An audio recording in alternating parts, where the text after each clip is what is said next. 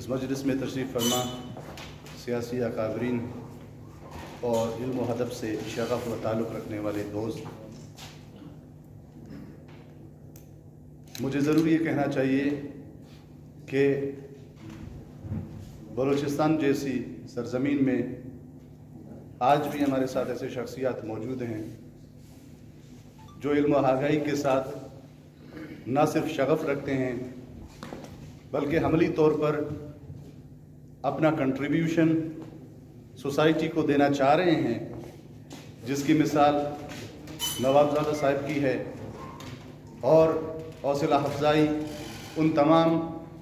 अहले इल्म व दानिश की जानिब से भी है कि जो इस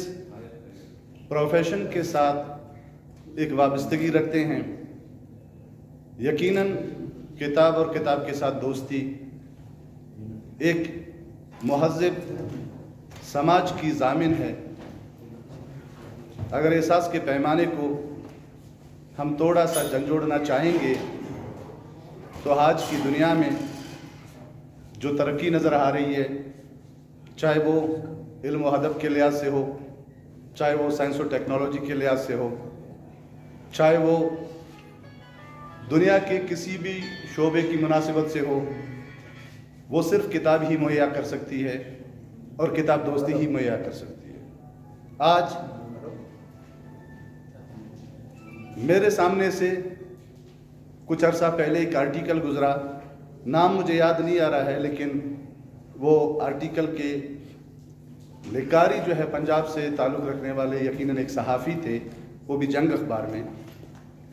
उन्होंने बलूचिस्तान में और ख़ुसूसन कोयटा में लाइब्रेरियों का तज़किरा किया था कि बलूचिस्तान जैसे इलाके को पाकिस्तान के दीगर हिस्सों में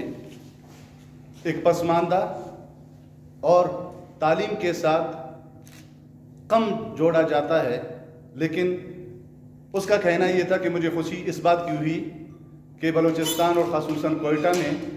जिन जिन लाइब्रेरीज़ को मैंने विज़िट किया, वहाँ पे नए लोगों के लिए बैठने की भी गुंजाइश नहीं थी। इतना तजस्सुस था, इतना शौक़ था इल्म व आगाही की निस्बत से। हम आप सब